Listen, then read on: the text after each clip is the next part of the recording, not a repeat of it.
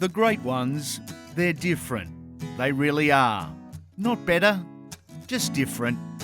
Sure, there's a physical power, a mental strength, a complex but resolute constitution too. There's a whole lot more than just the measurables. That's something else, that intangible. It separates us from them. Welcome to the Legends series on Andy Raymond Unfiltered.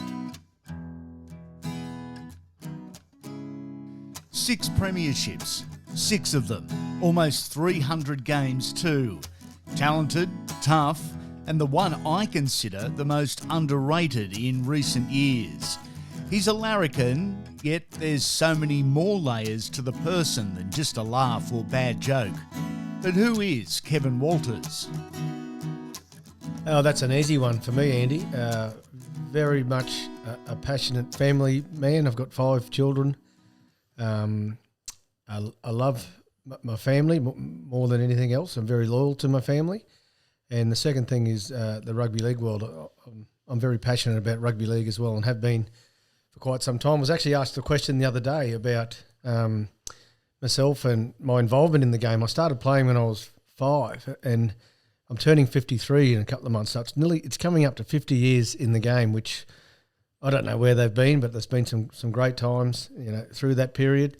But also my family's been a huge part of, playing up with in the younger days, my twin brother and all my other brothers, and then into some professional rugby league down at Canberra with my brother. So family's still involved, and then back here with another brother. Mum and Dad were always on the scene for us. They were our best coaches, our best mentors. And, my father was a great man, and my mother as well, a terrific woman that held the family together. Not that we were ever apart, but it was just a great upbringing for me about, how important family is and how important it is to love and respect your family members. And then, of course, the great sport of rugby league was introduced to our family as well, and that's been a huge part of my life as well. Is the Kevy Walters we see as a coach or a commentator different or much different away from the game? No, not at all. That was one of the things I learnt, Andy, early in my coaching career is, just to be yourself. In the early days, I tried to be a lot like Wayne Bender because he was the guy that I sort of mostly through my playing career and then into coaching. But that sort of didn't work too well for me, trying to be like Wayne. So it didn't work so much. And then I found that the best way for me to get the players playing and myself as well was just to be me. Yeah. And what you see all the time is me. There's no bullshit around who I am or what I do. I'm very honest. I'm very open. And also, I like to, always try and see the best in people or in situations and then work a way to get out of it from there. You're serious when required. That's right. Naturally, you're a pretty relaxed fella. Do you think we all, as a whole, treat the game too seriously at times at the expense of fun? Oh, certainly. There is a time to have fun in our game. That was one of the things that I wanted to bring into my coaching as well. And people thought, you can't be that sort of person and be a successful rugby league coach. Well, I say bullshit to that because, I know even like Wayne Bennett, Craig Bellamy, they both got really good, personalities and characters and like to see the fun side in things, but at the right moment. So, and I see those two as two of the greatest coaches, through my era. So, I think it's important to be yourself, and if I see it as a real asset to be able to that sort of personality to come into a team and into an environment where sometimes that you need to lighten the mood of players, and particularly around state of origin, on match day, the players, it's a very nervous time for players, and if you can break up that nervousness with a little bit of comedy or a little bit of character, I think it's all important. Head coaching, it's a position with the potential to suck the life and character out of someone. I say it respectfully, but some coaches, in my opinion, have changed dramatically as men because of the pressures and the constant external focus. Is that something you've noticed and thought about? Well, I haven't noticed so much because, my head coaching career has been with State of Origin, so 3 games a year for the last 4 years. So, I don't want to change who I am or the person I am, and I'll make sure that if that is happening in some way, I've got some good people around me that pull me aside and say, listen, you're going a bit silly here, or you're losing your marbles. Yeah. That's not you, the person that you need to be, or we need you to be. So as yet, no, but I'm sure, in a 20-week or 6-week grind of the NRL, things may be a little bit different, but I wouldn't envisage that I would change all that much throughout that period. I've told you face-to-face before. I've also told Laurie Daly, and it's just my opinion, I think you're too nice a guy to be a head coach. Have you been told that before? Because you lack that bit of bastard in you? No, I've got bastard in me, Andy. Is that right? You just haven't seen it, okay, mate. You just haven't seen it. I mean, you don't have the career that I had as a player without having that bastardness in you and that drive to be successful. Am I different to other people? Of course I am, but not everyone's the same. And, I do have that inner drive, that drive to be successful, and I will do whatever it takes to make sure that happens. So, yeah, I'm calling you out on that one, Andy. That's bullshit. Gordon Tallis said you're the most mentally strong and focused, not player, but person he knows. That's a huge rap coming from someone like Gordy. Is it a fair assessment? Oh, very fair assessment. Some reason I do have this mental capacity to absorb a lot of things.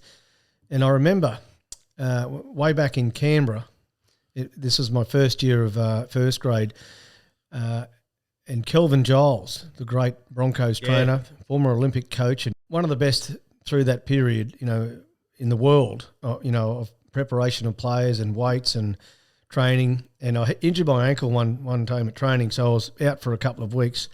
And he told me to come in and we'll do a little session on the bike and, on a stationary bike. So he came in. In those days, I was semi-professional, so you'd work through the day and then you'd come and do your training of an evening.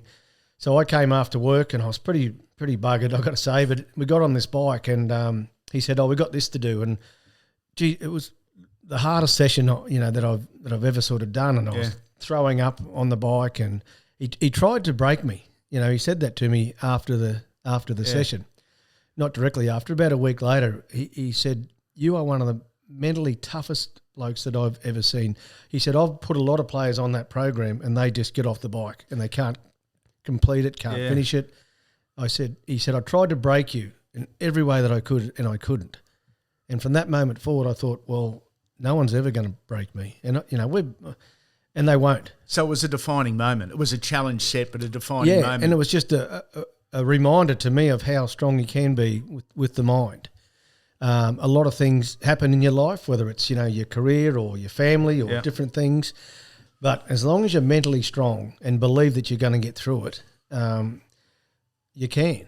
And that's how I see it. Is that inherited genetically, a mental strength, or can you learn mental strength? I think I've learned it over the years, Andy. I remember training at school out at Ipswich Grammar School for first 15 rugby, and that was as hard as any training that we've ever done. 16, 17-year-old Kerrod's the same. Kerrod's mentally very strong as well, but so it's just something that you can train, I believe, and you have to be strong mentally because life can be shit sometimes. Yeah. Like life can be ordinary. Yeah. And, when we've all had our different periods in our life where we've been through so much horrible stuff, Yep.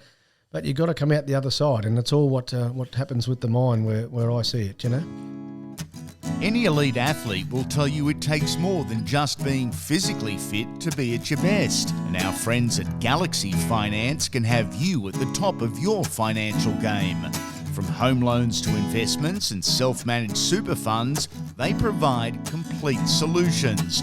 Call Galaxy Finance on 1300 91 7740 and mention you heard it on Andy Raymond Unfiltered to get an obligation-free chat to see how Galaxy Finance can assist you.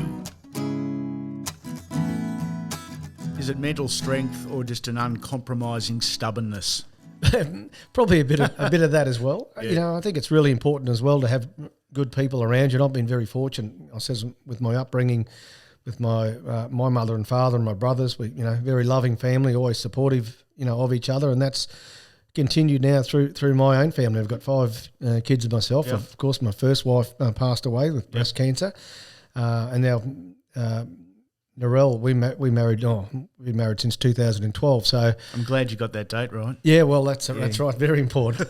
And she's been a beautiful woman in our lives, and it was difficult for her. She's very strong as well because when you're blending marriages and families, it's never easy. No. And we've been together a long time now, and I see us into our forever together. And she's very strong as well. We just partnered up really nicely. We've both got strengths and weaknesses, but we seem to work well together. And again, with our kids that we have together, we want to make sure that they're being brought up in a similar way that we both were. A super talented family, famously growing up in Ipswich. Obviously, your twin Kerrod, your brother Steve, and a big shout out to Andrew and Brett because everyone fucking forgets them. Poor buggers. I love them. Yeah. The backyard would have been a reasonably tough school, wouldn't it? It was. Yeah, it was. It was great fun though. Picking because there was always had to be 3 on 2, so someone always had to be picked last, and a lot of those times it was Stephen. I'll have Andrew, and then I'll have Brett. But Stephen was always the last one picked in the backyard, Andy. Poor box. But he made the team the top 100 players of all time. So and Stephen tells a funny story of growing up in the backyard, and he was useless, honestly. Last one picked when you're selecting teams and the like, and he made some rep teams as a kid, but only because Dad was the team manager. And then he got to about 17 or 18 years of age and started to get some confidence about himself, and he just went from strength to strength, Steve, and really revolutionised the way that hookers played, and went on to have a great career. If you would have seen him as a 14, 15, 16-year-old, you would have said, no way would that kid have ever gone on. Just got nothing. No, he had nothing. So, it's a good reminder to all kids out there that, just because you're not making the rep teams and being the best player as a 13, 14, 15-year-old, if you stay at it and you have the dedication, anything can happen. Again, applying that mental aptitude that we spoke about and believing in yourself, you can do anything. While you're giving it to Steve, Kerrod also doesn't mind giving it to you. We have to delve into you being sent off as a kid for crying. Oh yeah, well that was one of the. I'm a bit of a sook. I've been known as a bit of a crybaby, emotional person, all my life. So pretty sure I was born crying. Most kids are, and I haven't sort of stopped since. There was a joke in the family house often that even when we sit around and play board games and Monopoly and all that, if I couldn't throw a 6, I'd start crying. All this sort of stuff. But that particular, I think I'm not under 8s or under 9s, and I was crying on the field because we were losing, and the referee called Kerrod out, who was the captain at the time, and said, "Listen here, Kerrod, you got to stop your brother from crying. He's annoying everyone. If he continues to cry again, we're going to have to send him off." So Kerrod came over to me and said, "What's the referee going on about?" He said, "Oh, you're crying all the time. You've got to stop crying, otherwise he's going to send you off." So what did I do? I started crying. So he sent me off. With tears, and I thought, oh, geez, unbelievable. Anyway. Were you playing against Alfie that day? No, we weren't. No, Alfie was a year older than us growing up, but we did play against Alfie as 5-year-olds. Alfie was 6 in the under-7s, and Kerrod and I played upper grade, and we were both on the wings that day, just filling in because the older brother's team was short. And I remember playing against Alfie, and he just carved us right up as this little blonde kid. And Kerrod still says to this day that, in the dressing rooms after the game, and he said, one day that kid will play for Australia. That's what he thinks I don't remember him saying it. He does talk a lot of bullshit sometimes, Kerrod. So it's a big statement for a 7-year-old. That was 5. He was 5-year-old. Yeah. Who thinks about that stuff? What are your early memories of Alfie? Oh, just the whole Langer family, actually. They lived. We lived on one side of town, and they lived on the other. Brothers are all around the same age. Very competitive family. Alf had a sister as well, Desley. So we were a tight sort of family. We wouldn't see each other every weekend, but in and around Ipswich with the football and the cricket, there was a good mix and swap over of players. And both of our dads are on a committee in Ipswich called the Parents and Old Boys, who ran sort of the Ipswich Rugby League, the schoolboy stuff, and they were members of that for a long, long time. So we became quite friendly, and they're a great family, the Langers, and always have been very close to our family. I think in football circles, you and Alfie sort of go hand in hand. What's the relationship like? Because it's a long-standing one. It's been a light-hearted one, but a very, very fierce determination between the two of you to be the very best. Yeah, it's been a great relationship. Of course, he was firstly best friends with my other brother, Andrew, because they grew up together, playing against each other and playing in rep teams. But then when we got into the Broncos and all that sort of stuff, it was very exciting times. I used to room with Alf, every weekend for 10 years when we travelled with the Broncos, and never a dull moment with Alfie. So many good memories. But the thing I like most about Alfie is that, he had a lot of fun and, always enjoyable being around him. But what can't be underestimated is the competitiveness that Alfie brings to a team. So whether it was at training or in a game, he just wanted to win and knew how to win. And so many times he got us, out of trouble at the Broncos with a play or a chip kick or a pass or a run. We end up calling him the money man, the ATM, because whenever you went there, you could always, when you go to an ATM, you collect. And Alfie was that type of player. So, yeah, he's a great leader and good person, good team man, kept everyone sort of involved in the team. And it was always team first with Alfie. If you're enjoying Andy Raymond Unfiltered, the Legends series, we'd love for you to go to Apple, Spotify, or wherever you're listening and subscribe to the podcast and give us a 5-star rating and review. Best weekly review wins an Unfiltered Trucker's hat. I remember when the Super League war was on, 7 of us went out to the airport to meet with the ARL. Broncos had gone with Super League, and so 7 of us went out. Myself, Lazo, Willie Kahn, Michael Hancock, Kerrod, a couple of others there as well. I'm just trying to think at the moment. And so we went out and met them. They offered us more money than what Super League was, and we came back to training the next day, and our captain had put a shutout on all of us. He was instructed not to have any conversation with us. So we walked into training. You were the rebels. We were the rebels. Wow. And we thought, I said, hey, Alf, what's happened? And he just turned his back on me, walked away. Same with everybody else. And in the end, we stopped training. We said, well, what's going on? He said, you guys, you went out and met with the ARL guys. We're not happy about that. We committed to Super League. We're staying here. And eventually we all stayed. But, it was a very tough skipper as such. And people always see the fun side of Alfie, but he was quite serious a lot of the time, particularly around rugby league and particularly his team, because he saw it as his team and he didn't want it to be split in any way. For the record, you're 2 inches taller, aren't you? I am, yeah. Every inch counts. Every inch does count, Andy. Correct. Yeah. But we've had a great association, and actually Kerrod was part of that sort of Ipswich connection through the 90s with the Broncos, and Alf and Kerrod were my main instigation from my main motivator to coming back to the Broncos from Canberra in the late 80s. Canberra was great for me, but I just felt I belonged back in Brisbane, and I'd seen what those two had done, both playing for Queensland and Australia, and I thought, well, I want to be part of that. So, that's the main reason why I came back. You went down in 87 to Canberra, playing alongside Stephen, your brother. It was a really important part of your evolution. How did that opportunity arise? Well, in those days, Andy, the Sydney clubs were only allowed 3 imports. So Canberra became sort of the hub for all Queenslanders, a lot like the Storm are now. So before I went down, there was Stephen, Gary Belcher, Mel Meninga, of course, was their head recruit in 1986. He went down for the 1986 season.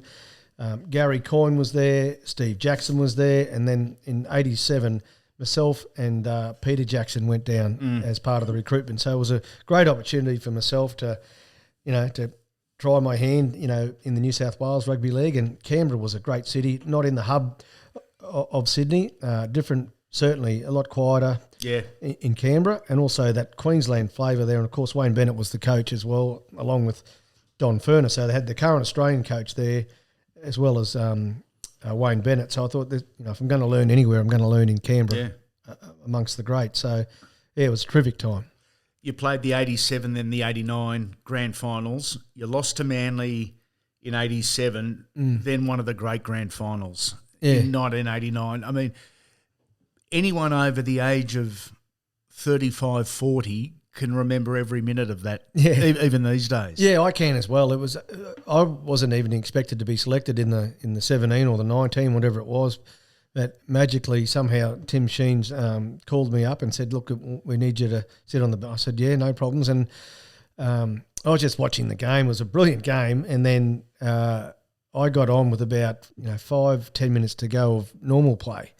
And then the game went into extra time, and it was just brilliant being out. It's just, I've watched it so many times over, and it's just like yesterday with some of the moments in that game that you think, well, they were big moments, not only in that game but also in rugby league history. With the Mel Meninga ankle tap on Mick Neal, Benny Elias, poor old Benny, hitting the crossbar, and that Steve Jackson try, the John Ferguson try, the celebrations.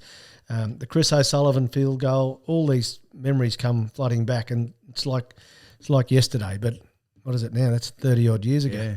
What a footy side it was developing into. I mean, in today's terms, way over the salary cap. Yeah.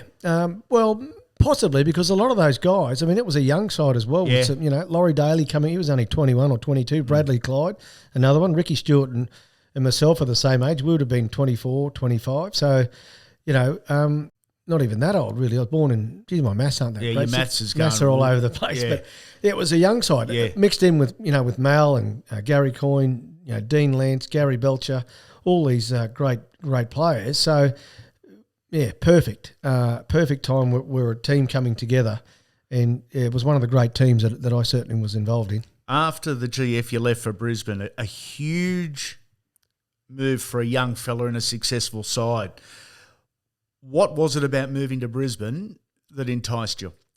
Well, it's a couple of things. Certainly at the Raiders, I'd been in and out of the first grade side. Ricky Stewart and Laurie Daly were the two halves. So they were always, and they were about my age. So it's not like one of them. Chris O'Sullivan was the other guy. It wasn't like one of them are going to retire soon. So I thought, I'll head north. I'll go back home. I took sort of less money to go back to Brisbane at the time.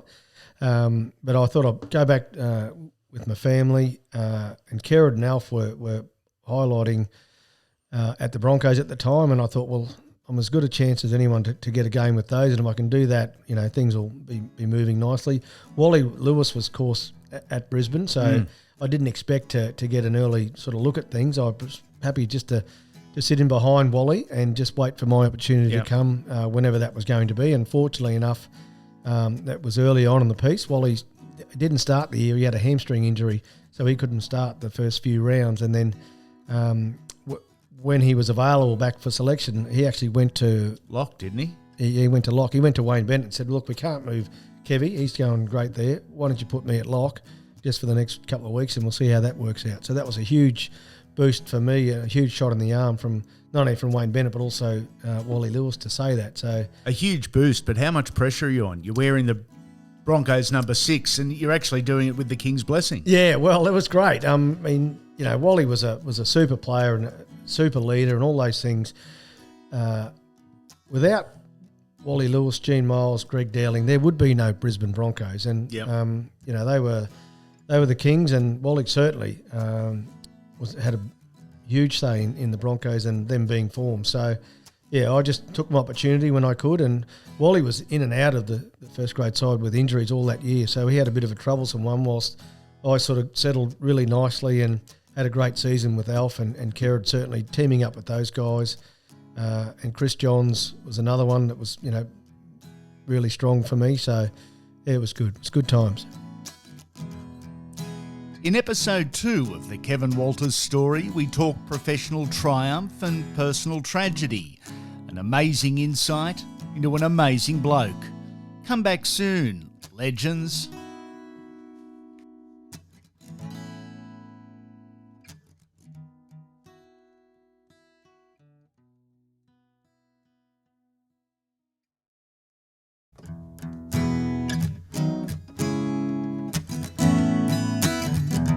Welcome back to Andy Raymond Unfiltered, the Legends series. Kevin Walters, he's a beauty. In episode 1, we spoke about the early years in the Walters house, his first recollections of a young Alan Langer, and the decision to move to Canberra. The story continues. What are your memories of the club, but also the ground? It's before Suncorp Stadium. That was the old school Lang Park and the original. Yeah, I remember getting to games there, and you'd park your car and then walk through the main bar where all the punters were having a beer and a pie before the main game, and they'd slap you on the back or spill a bit of beer on you and have a chat with them, and it was just really amazing. Then you walk into the old sheds, which are nothing like Suncorp now. They were pokey little rooms with barely a tile on the floor for the showers and the toilets and all that. So it was a fantastic. We sort of grew up playing a lot of rugby league in 18s and that at Lane Park, and it was just it's part of Queensland Rugby League. So was that the pinnacle for a young man from Queensland? The pinnacle was for me as a 13-year-old, Andy, going to the first ever State of Origin game. Now Mum and Dad have loaded the car up. My brother was in the under-18 side, along with Kevin Langer, Alfie's brother, playing the curtain raiser against New South Wales. Blocker was in the New South Wales team, Cement Gillespie playing against. But so we've arrived in our Kingswood. We used to have a Holden Kingswood station wagon.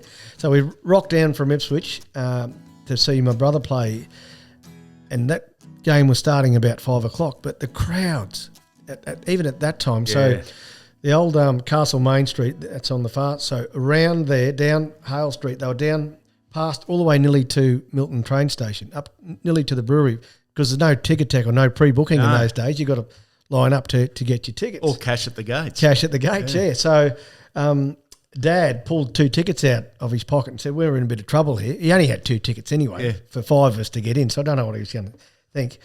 So Dad was a carpenter, and he had the mini toolbox in the car, so he got some pliers and went up to the fence at the Milton Road end and cut a hole in the fence. Love it. And our family and about 10,000 others. That's right, yeah.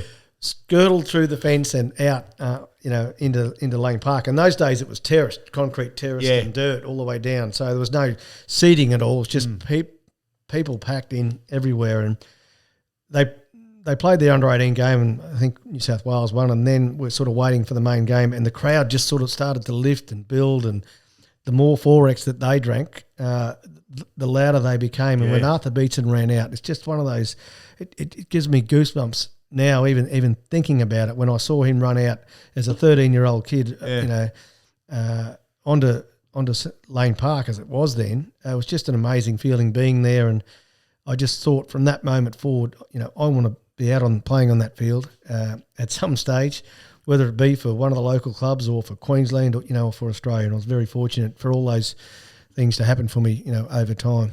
When you did run out as a Maroon onto Lane Park, are they the type of memories that go to the back of the mind in the lead up? Yeah, that certainly does. All those things, with Arthur, and then been to so many State of Origin games there, but you won't believe what I did when I ran out, Andy. Go. I cried. Did you? Yeah. For a change. Tears, for a change, just for something different. Yeah.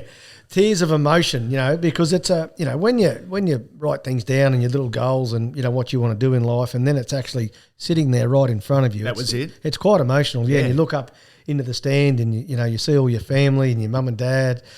It was just really, and because I'm an emotional fellow, it was really emotional. But then once the game you get into the game and the like, you sort of get into game mode. But pretty tense and very emotional. At the end of 1990, after just 12 months, or not even that, with the Brisbane Broncos, you were selected, although didn't play a test, for the 1990. One of the great emus, Andy, I am. I'm down in the books. One of the great emus. And the emu is the touring party that doesn't actually play test matches. That's right. You're a midweek guy. That's right, yeah, and loved it. I was pinching myself, in 1990 at the international airport. We left out of Sydney, and I'm on the plane for a kangaroo tour. I just couldn't believe the year that I had. Yeah. For the Broncos, the year before, I was in and out of first grade at the Raiders. Played in the grand final, of course, but without any major impact in that. But I just had one of those years that will always stay with me. It was a great year for us, the Broncos. We made it into the finals, I think into the preliminary final, and the Raiders sort of dished it up to us in that quite handsomely. But then 2 weeks later, I'm on a plane to England, living the dream. Yeah. Playing for I knew that I wasn't going to play too many tests. Well, I had that opinion because in front of me was, Laurie Daly, and Cliffy Lyons and myself were the other sort of 5'8", and there was other guys too, like Des Hasler, Greg Alexander was on that tour. just a wealth of great players. So I was just happy to, One of the great touring parties. Oh, it was, yeah. And so I was, Alfie was there as well, Kerrod, my brother. So it was just great times, and I was so happy to be on that plane and on my way to England. And even in England was a great tour, playing against the English sides, the club sides midweek. It was a great experience, To be able to do it with your brother, I mean, that's just enormous. And as you said, Kerrod was on the tour, but to be able to do it with your mate Alfie, the stories about you and Alfie, especially late night on that 1990 Kangaroo tour, are legendary. The wrestling, anywhere and everywhere, and constantly. Is it true that regularly, after a few beers, the rest of the touring party would basically clean the floor of any chairs or tables and encourage you and Alf to wrestle into a match or another rematch, as it was? Well, we used to, we were just sort of a bit of fun, but we're also a bit competitive. And then we'd challenge other blokes to, if they were laughing or poking us, well, come on, in you come and, join in the fun sort of thing. Of course, traditionally on those Kangaroo tours, they have the big man, little man day where the big men, wrestle the little men. We had that as well. And I remember Alf sort of dishing it up to Spud Carroll and a few others. It was good times and all in good fun. There was no seriousness about us, and I thought Bob Fulton did a wonderful job, because when you got 24, 25 footballers, all from different clubs, all wanting to play in that test arena, you've got to mix it up with a bit of fun and a bit of camaraderie, and that's what that was all about. We got on famously with all the players, on tour. I particularly remember the Penrith players, Mark Geyer, Greg Alexander, Brad Fittler and John Cartwright. So before we left, I didn't really know those guys at all. And we sort of had a pact with Brisbane that we'll sort these Penrith blokes, because there was myself, Chris Johns, Michael Hancock, Alfie Langer, Kerrod. Just trying to think, there might have been Dale Shearer. Dale Shearer was there, yeah. Rowdy. So there was a lot of us there as well. But we got on famous with those Penrith blokes. We got on famously with everyone, but more so the Penrith guys. It was a really great tour.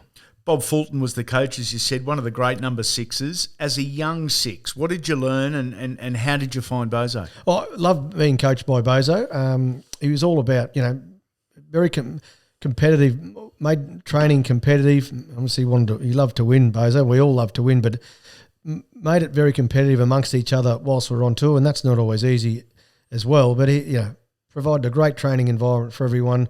And then socially as well, understood, because he'd been a former player and captain of Australia himself on those tours, how important it was, to enjoy yourself away from training without being stupid about things, but making sure that we, saw enough socially of England and everything that it brings. I mean, that was my first time ever sort of basically to England. So, he made sure that we enjoyed ourselves as well as, training really hard and getting things right, on the field, and off the field. Griffin Air Conditioning offers the highest quality of air conditioning sales and service across the Sydney metropolitan area, providing installation and maintenance to commercial, domestic and industrial customers. Working with this team, you'll be guaranteed the latest services, technology and developments in the industry. Visit griffinair.com.au and tell them we sent you for a cool deal.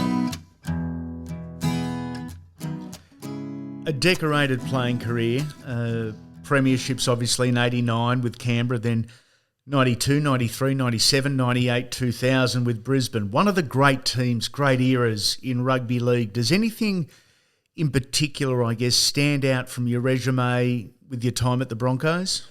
Oh, all those grand finals were special in all many different ways, Andy. There was, so the 92 one was Brisbane's first ever premiership. Yep. I remember getting back to Brisbane that night, because there was 3 o'clock kickoffs in those days, and we went back to the Leagues Club, and we had a few beers on board by then, of course. So there was a crowd of about 10,000 people on where we used to train at Red Hill on the field. They'd set up a stage and we were presented to the crowd, and the people were going ballistic. And I remember Alf running and diving into the crowd and they caught him, and did the crowd surfing. Yeah, passed him back. I think he lost his shoes, or he still had his boots on. I think he lost his boots in the crowd somewhere. And then so next thing was Lazo. Lazo's gone in, and big 120 kilos. Lazo dived into the crowd and they've gone down with him. they got him back up and they started to party. Geez, that looks like fun. I'll have a crack at this. So I took a big run up and just dived like Superman off the stage, and I could just see him like the Red Sea. They just parted. They parted on me and bang. Head first. Into the deck, Oh, no. Lazo took a lot out of that crowd tonight with the big fella. But no, it was just great times. And at the end of the night, I think we shaved our head that night as well, and we got our numbers drawn in the back of our head the next day and all sorts of things. But it was a really special time. The 1997 Super League title, one of your 6, does it count in your record books? Very much so, yeah. It does, yeah. Again, that was a different time and a difficult time in rugby league for both Super League and the RL. But we feel that we won the competition that we played in. Certainly a one-off with a big crowd out at ANZ Stadium. I remember the week of that was because it was in Brisbane, the grand final. There was a lot of hype around the game. We played Cronulla. It's certainly up there. I love being part of grand finals, and that was as good as any that I played in. People look back at Super League with mixed views and mixed memories, and I can understand both sides to the story or an opinion. How do you look back at the events that transpired? Oh, look, it was disappointing at the time as a player to be, not playing against the best players every weekend. But we knew we put our trust and our faith in the Broncos and what they were doing as a club, and we backed our leaders in that regard. So it wasn't the greatest time, or I got to say, Andy, for our game, but we got through. It was only for 12 months, and then the competitions came back together. We were fortunate enough to win it again in 98. They say life is a roller coaster of emotion, and through so many highs in the 90s, there have been tests, and far more important than those on the footy field too. In 1998, your world was shattered as a young man with a young family. Yeah, it was. Kim was first diagnosed with breast cancer in 96. So she had a breast removed, and then we thought, well, everything's going to be okay. There was no assurances, of course, but and then in 97, when I was actually away in England playing in the Super League competition, when they both the World Club Challenge. World Club Challenge, that's what it was, she started to feel a little bit sick again with headaches and the like, so we came home and then had some more tests done, and obviously the cancer had come back, and from that time forward, it was just never great for family. I still remember her being really sick on Christmas Day of 97. We had mum and dad and the family over. We didn't even get through our lunch, so I had to take Kim back up to the hospital, and she never came home from the hospital. So it was, so I make sure every time on Christmas Day in particular that I enjoy it. Yep. I know it's a sad day. It's because it stays with you these moments, But so I make sure that we get all the family around, and we have a nice Christmas lunch. And those memories are never great, but it's just one that you just have to you have to live with. And she never returned. We took her up to the hospital, and she stayed there until February when she passed away, which was it's just terrible. In tough times, who does Kevin Walters lean on? Is it family? Is it friends? Was it mum and dad at the time? Well, I had a couple of families at the time, so it was my mum and dad, obviously, my brothers, and also the Broncos family were brilliant for me through that period as well. Mum and dad moved into our house out at Brookfield and helped us there. I had a nanny as well, who came in and helped us.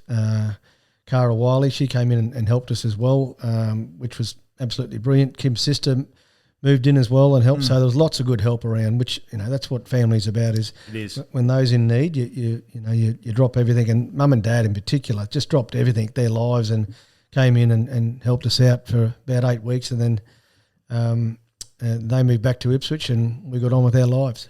You're a young man in a professional, high-profile career with young kids yourself, and now you're a single parent. Are there nights that you're laid in bed thinking, how do I do this? What do I do next? No, well, not really, Andy, because Kim was so strong through everything that she faced, and any tackle, any run, any time someone hits you hard on a football field is nothing compared to what she went through, both physically, and mentally. And I drew so much strength from her and what she was going through. It gave me this empowerment that that I needed to be strong for our boys and for her. And for everyone, really, to make sure that, making sure that we got through it, as a family. And that was she drove me into being the person that I was through that period, being really strong, really brave, as I say, for her and for the kids. And that's what I wanted to do, is not let her down in any way, because that's what she was asking me to do. To look back now on those difficult times, does it, in the current day, make you prouder of the young men your boys have become? Yeah, because I'm not pissing in your pocket. No, you have raised wonderful young men. I mean, they are just delightful. Yeah, they're great kids, and that's a product of everyone, not just me, but everyone that's been in our lives and having their own little influence on them. My oldest son now, Jack's 29 this year, and my youngest is Ava. She's just turned 15. So we've got a good spread of age, and it's been great seeing them grow up. They all get on famously. I've got to say that they do. They all really love each other, and we love Christmas Day because not everyone's living at home now. We've got Billy living in Sydney and Jack's living in Brisbane here, but we've still got 3 of the kids still at home, and it's a great environment for them. We try to provide, and we're just so happy with what we have as a family right now. If you're enjoying Andy Raymond Unfiltered, the Legends series, we'd love for you to go to Apple, Spotify, or wherever you're listening and subscribe to the podcast and give us a 5-star rating and review. Best weekly review wins an Unfiltered Truckers hat.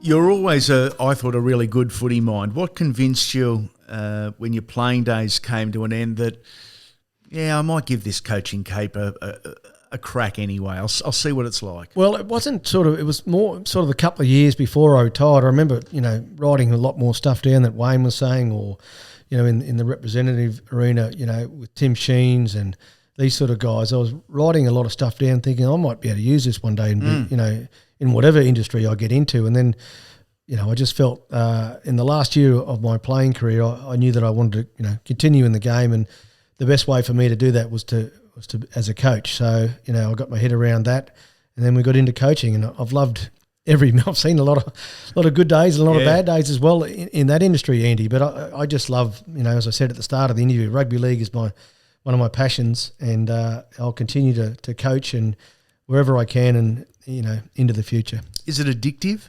The coaching? Yeah, I believe so. Some people look at me, some of my close friends, and say, you're a dickhead. Why would you want to put yourself, through that? But I don't see it that way. There are coaches; they do have their own special mind, I believe, and call it stupidity, call it what you like, but it's something that's in your blood and in your system. So it is an addiction, and it's hard to refuse that addiction. Your progression, be it France, be it Melbourne, be it Brisbane, has been a steady one up to State of Origin head coach. You were an assistant to Wayne at the Broncos for a few years. You came third as a unit in 2005. Then Wayne gets rid of Glenn Lazarus, Gary Belcher and Kevin Walters. You're a passionate Bronco. Did that break your heart? Oh, it did, mate. Knocked me around, yeah, certainly. It was I still remember after we got knocked out by the Tigers, they beat us 36 to not much at all. And I thought, we'll go in and do the review. And so we went we had our ball or presentation night every year, and it was just an eerie feeling that night in the room, a bit like the Last Supper. And so the next day I got on my bike and I rode it over to the Broncos and to meet Wayne, because he was coaching the Australian team at the time. He wanted to catch up before he left, and he dropped the news on me there at the Broncos, and I couldn't ride my bike home. I was gutted. So I walked my bike home. There was some more tears, and the next day when I woke up, I just tried to get on with things as best I could, and where to next. And we started planning, because I love coaching, and I thought, you're not going to get the better of me here, Wayne. I'm going to continue to coach, and I did that. I looked for opportunities. I went back and coached in the Intrust Super Cup the next year. Mel gave me an opportunity with the Maroons, and we just sort of went from there. You missed out on the Brisbane job controversially for 2019. Does it actually hurt watching the former club in the pain they're in? Yeah, I'm hurting, Andy, like a lot of ex-players are, and for many different reasons. It's really sad to see the position that the club is in at the moment, and I do feel sorry for everyone involved there. that they find themselves in this position. You couldn't sort of write a script around this. I mean, you've been around the game as long as I have. You know, for a powerhouse club like the Broncos to find themselves, you know, in this position, it's something that none of us can really believe. But the facts are they are there right now in that position. You mentioned Craig Bellamy earlier. Last year, whilst with Melbourne and Craig Bellamy, your son Billy made his first grade debut. You had the honour and a touch of class from Bellyache of presenting the jersey to Billy. How special was that? Oh, that was brilliant, yeah. That was right in the middle of State of Origin as well. So you had to do the mad dash down. I did the mad dash to Sydney. We all flew down, Narelle and all the kids, to be there for Bill's game. And I got to present his jersey before the game. Of course, there were more tears, and it was just a great night. And the Storm won that night. We flew back to Brisbane, and it was just reflecting the next morning, you know, on the plane, like how proud I hadn't felt prouder, you know. I'm proud of all the kids, obviously, but this was a really special moment for Billy and the family. And, it was a great moment in my life. Is it more special watching your offspring achieve than when you achieve? It's certainly a different feeling. Yeah. You probably get more nervous. I was talking to Matty Johns about that the other day with his boys. When it's you debuting and you're playing, you got control of things. But when it's your son, you just want the best for him, you know, without being over the top. I'm certainly not an over or a pushy parent, but you just want him to do well and play to his potential, which he did that night. So that's what made me really feel really proud about his achievements. Kevy Walters, you, sir, are a legend. A new episode of the Legends series drops every Tuesday and the weekly Wodge every Thursday. Subscribe to the podcast wherever you're listening and follow us on social media at The Andy Raymond. Then you won't miss a thing. Come back soon, Legends.